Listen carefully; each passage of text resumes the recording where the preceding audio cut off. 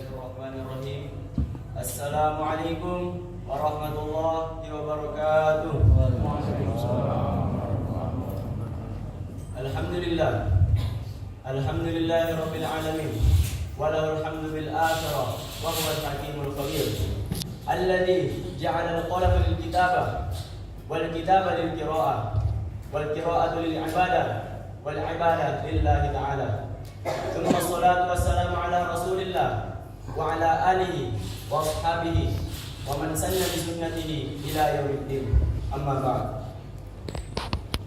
Jamaah kaum muslimin yang insyaallah dirahmati oleh Allah Subhanahu wa taala. Puja dan puji syukur kita panjatkan kepada kehadiran Allah Subhanahu wa taala atas segala nikmat yang diberikan kepada kita sehingga kita bisa berkumpul di tempat yang insyaallah Allah ridhoi tempat ini.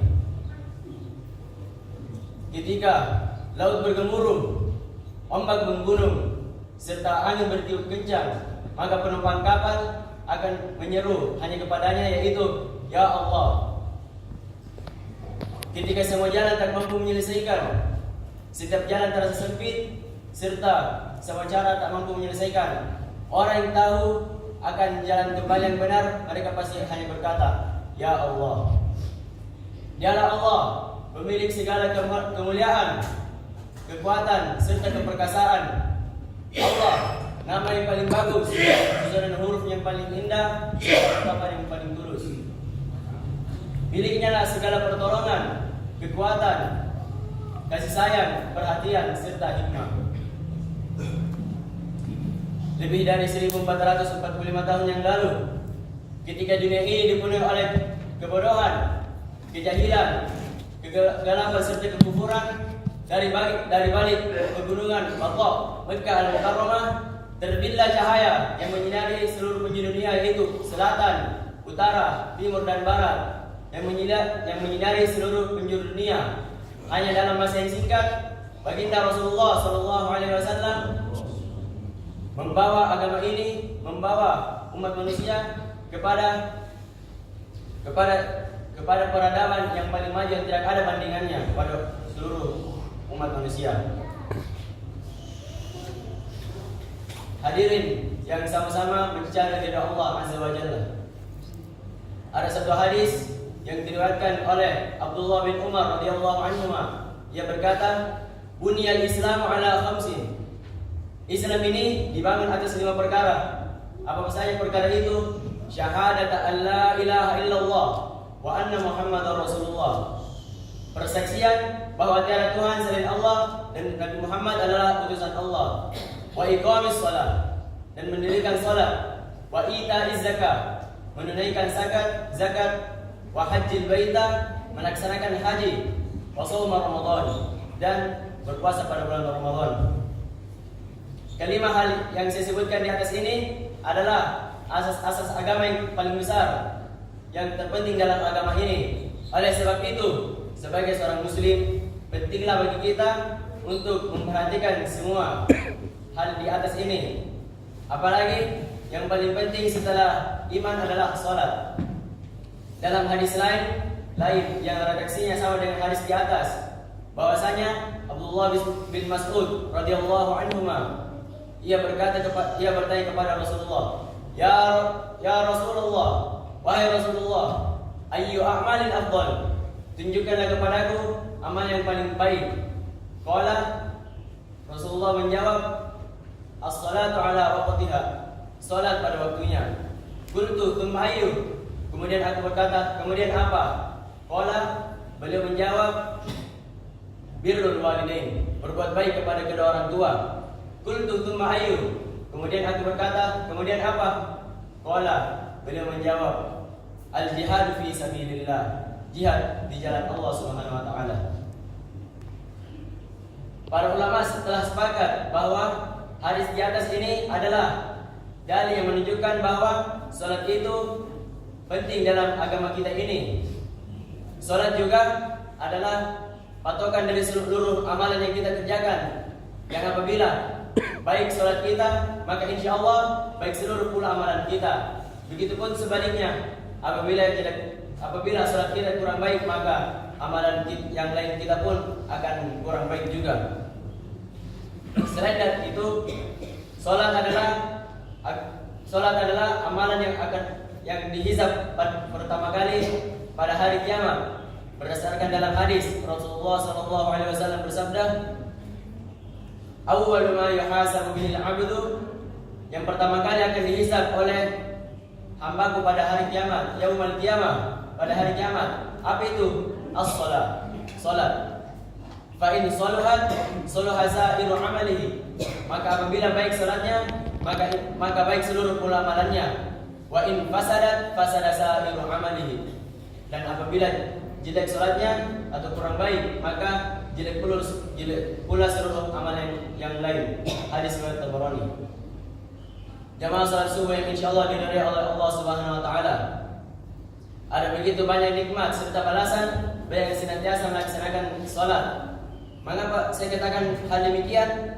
Karena dengan salat kita bisa tenang dan tenteram. Apalagi hanya sekedar menenangkan jiwa kita yang cemas dan kerisauan. Banyak sekali tokoh kaum muslimin yang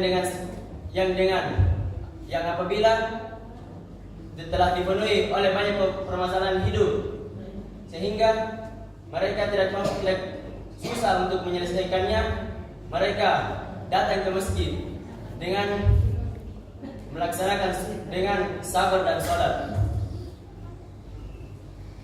Mereka menjalani cobaan hidup itu dengan sabar dan salat. Yang ketika ia sudah salat, maka pulih kembali semangat jiwa mereka itu. Dan hanya dengan orang yang senantiasa jauh dari masjid serta meninggalkan salat, mereka akan mendapatkan banyak kesusahan, kesengsaraan serta penderitaan hidup yang tiada habisnya. Jelaslah bahwa salat merupakan kekayaan yang sangat berharga. Mengapa saya katakan demikian? Karena dengan salat kita bisa bahagia. Mengapa saya mengatakan kekayaan yang paling berharga? Karena begitu banyak orang melaksanakan salat ini yang tidak mencukupi hartanya, tetapi ia tidak pusing dengan kehidupannya. Ia menjalani harinya dengan baik-baik saja. Dan hal yang orang banyak hartanya. Apabila kesenangan ini diletakkan pada harta, maka yang paling bahagia mungkin adalah Qarun yang hidup pada zamannya Nabi Musa. Mengapa demikian? Yang bikin dulu lihat tidak ada hartanya, dan kunci pendarahannya mau saja, yang dimana kuncinya itu dibawa oleh 40 orang yang kuat pada masanya. Bayangkan dengan tidak bisa kita bayangkan dengan apa isinya. Apabila kesenangan jiwa kita ini diletakkan pada harta, diletakkan pada jabatan, maka mungkin yang paling bahagia adalah Fir'aun, yang dimana ia mengaku sebagai Tuhan, tetapi kenapa ia mati karena tenggelam? Begitupun dengan Raja Namrud yang hidup pada zaman Nabi Ibrahim. Ia adalah seorang raja, tetapi pas ia meninggal, ia tersakut nyamuk atau lalat.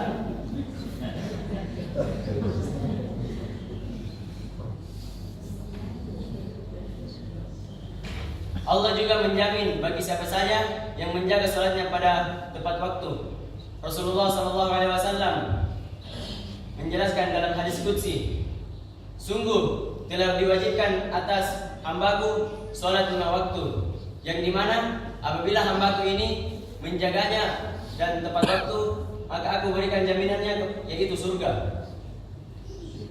Dan apabila ia tidak menjaga salat 5 waktunya, maka tidak ada jaminan baginya." Hadis riwayat Ahmad dan Muslim. Begitu besar balasan serta nikmat yang diberikan Allah Subhanahu wa taala kepada kita.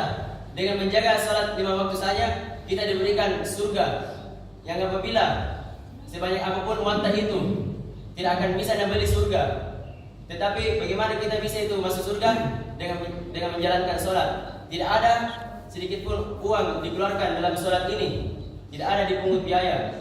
Kita masuk masjid melaksanakan sholat, itu saja. Bayangkan saja, apabila kita diberi jaminan oleh orang-orang di dunia, maka pasti kita akan sangat senang. Tetapi bagaimana dengan orang yang dengan raja di atas raja memberi kita jaminan, yang memberikan kita jaminan penguasa dunia akhirat. Jamaah kaum muslimin rahimakumullah.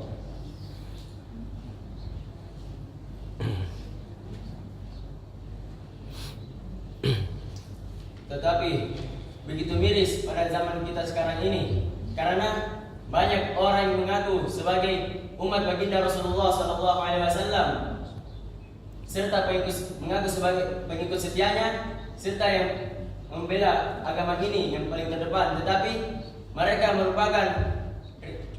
melupakan apa yang telah diperintahkan oleh Nabi kita, yaitu sholat. Mereka tidak mengetahui bahwa pembeda kita dengan orang-orang yang kafir adalah sholat. Rasulullah SAW bersabda, "Bainar rajuli wa bainar kufri tarkus sholat." Tidak ada pemisah antara seseorang dengan kekafiran kecuali meninggalkan sholat. Pada hadis ini terdapat ulama berbeda pendapat, tetapi jumhur ulama mengatakan bahwa meninggalkan sholat hanya meninggalkan kita dari amalan agama, tapi tidak mengeluarkan kita dari agama ini. Tetapi kita sebagai umat baginda Rasulullah SAW pastilah sangat terbersih di hati kita ini bahwa tidak akan meninggalkan sholat. Bagi yang mengagungkan sabda-sabdanya serta Nabi Muhammad sekalipun. Ada sedikit gambaran tentang asas-asas agama ini. Yang pertama itu adalah kita bersaksi bahwa tiada Tuhan selain Allah dan Muhammad adalah utusannya. Yang kedua adalah sholat. Yang ketiga adalah zakat. Yang keempat adalah berpuasa Ramadan. Serta yang kelima adalah haji. Yang apabila ini kita bayangkan saja ini orang, apabila kita meninggalkan haji ini bagi orang-orang yang mampu saja kita bisa tinggalkan. Puasa Ramadan kita bisa tinggalkan apabila orang yang tinggalkan puasa ini adalah orang yang sakit, orang yang tua atau musafir. Kita bisa tinggalkan dengan cara mengganti puasa di hari lain atau mengganti dengan fidyah. Yang ketiga adalah zakat. Kita bisa tinggalkan zakat ini apabila nasbi atau haul kita belum cukup. Tetapi yang kedua ini yaitu sholat, tidak bisa kita tinggalkan. Apabila kita tidak bisa sholat berdiri, maka sholat dengan duduk. Apabila kita tidak bisa duduk, maka dengan berbaring. Apabila kita tidak bisa berbaring, maka lepaslah orang ini. Tidak ada yang bisa memegang seseorang kecuali meninggalkan sholat. Hadirin jamaah sholat subuh yang insyaallah dirahmati Allah Subhanahu wa taala. Mungkin itu saja pesan Nabi yang dapat disampaikan. Sebelum saya mengakhiri kultum ini, saya menutup dengan sebagai kaum muslimin, hendaklah kita ini tidak mengejar dunia, karena apabila kita mengejar dunia, pastilah kita tak dapat. Kalaupun dapat, pastilah tak banyak. Kalaupun banyak, pastilah tak puas. Kalaupun puas, tidak abadi kekal selama-lamanya. Tetapi apabila kita ini mengejar akhirat, pastilah dapat.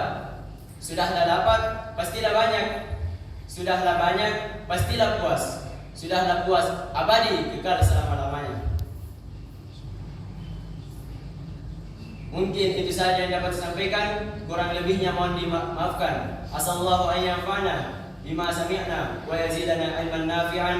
Wa sallallahu ala nabiyyina Muhammad wa akhiru da'wana alhamdulillahi rabbil alamin. Wabillahi taufiq wal hidayah. Assalamualaikum warahmatullahi wabarakatuh. Waalaikumsalam.